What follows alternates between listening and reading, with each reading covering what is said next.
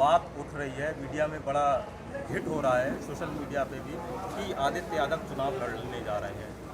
नहीं, देखिए ये लगातार हम लोग के समाजवादी पार्टी का बदायूं लोकसभा के अंदर आदरणीय शिवपाल सिंह जी के लिए वोट की अपील की जा रही है और उसके साथ साथ अभी पिछले 3 से 4 दिनों हम लोगों ने कार्यकर्ता सम्मेलन किया था और उस सम्मेलन के अंदर जब जनता से बात हुई तो ये जनता से मांग उठी है कि हमारे नाम की मांग उठी, लेकिन ऐसा कोई प्रस्ताव पारित अभी नहीं होके गया है, लिखित में कोई इसकी बात नहीं हुई है और ये सिर्फ चर्चाएं हैं। आगे पार्टी का जो भी निर्णय होगा, पार्टी ने निर्णय वैसे भी अभी करा हुआ है कि आदरणीय शिवपाल सिंह यादव जी चुनाव लड़ेंगे यहाँ से, तो इससे कोई फर्क नहीं पड़ता, जो भी चुनाव में होगा हम लोग उसको दिल्ली में अभी भी मांग उठी है और सरजीत जी आपके इन्होंने इस बात को कहा है कि आपको जी, मैं देखिए ये सब वो लोग हैं जिन्होंने समाजवादी पार्टी को यहाँ तक पहुँचाया है। नेताजी जब से चुनाव लड़े थे, आदरणीय प्रोफेसर रामगोपाल यादव जी यहाँ से चुनाव लड़े, बड़े भाई हमारे आदरणीय धर्मेंद्र यादव जी 2-2 बार यहाँ से सांसद रहे और बहुत ऐतिहासिक जीत उनकी रही है।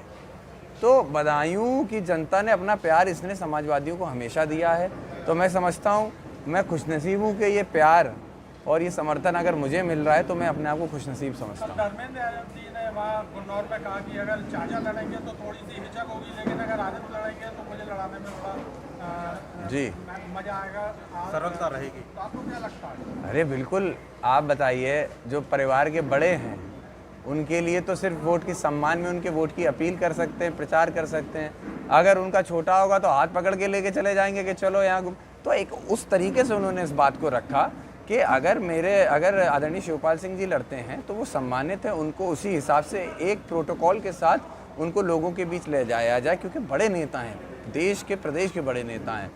और जहाँ तक हम लोग की बात है तो हम लोग तो डोर टू डोर अभी प्रचार कर रहे हैं और यही प्रचार ऐसे ही चलता रहेगा। चाचा ने, आपके पिताजी ने क्या चर्चा कर ली है अखिलेश यादव जी से कि आपको टिकट फाइनल कर दिया जाए? इसके बारे में मुझे अभी तक कुछ भी इसके पता नहीं है। अभी वो गई भी मैनपुरी हैं, मैनपुरी में आदरणीय डिम्पल यादव जी के लिए, जो कि मैनपुरी से चुनाव लड़ रही हैं, तो उनके प्रचार में गए हुए हैं। लखनऊ वो गए नहीं है, राष्ट्रीय अध्यक्ष जी इस समय लखनऊ में है और बात होती है नहीं होती है, अभी हम लोग उस चीज़ को देख ही नहीं रहे हैं। हमारे लिए तो जैसे अर्जुन के लिए जो मछली की आँख थी, हमारे लिए तो मछली की आँख इस समय बदायूं है, तो हम तो जनता के बीच बदायूं हैं। तो कल पिताजी ने कहा है कि हिंट दिया है कि आपको चुनाव लड़ाने की, इसको कैसे देखते हैं?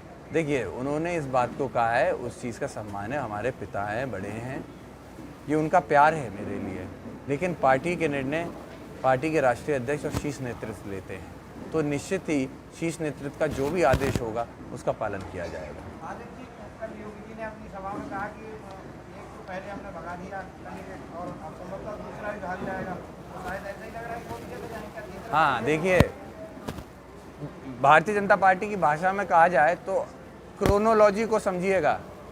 मैनपुरी का उपचुनाव हुआ, वहाँ मुख्यमंत्री जी गए, मंच से बोला कि यहाँ तो इनको हरा के रहेंगे, मैनपुरी से ख़त्म इनका जो भी था, गढ़ बता सब कहा।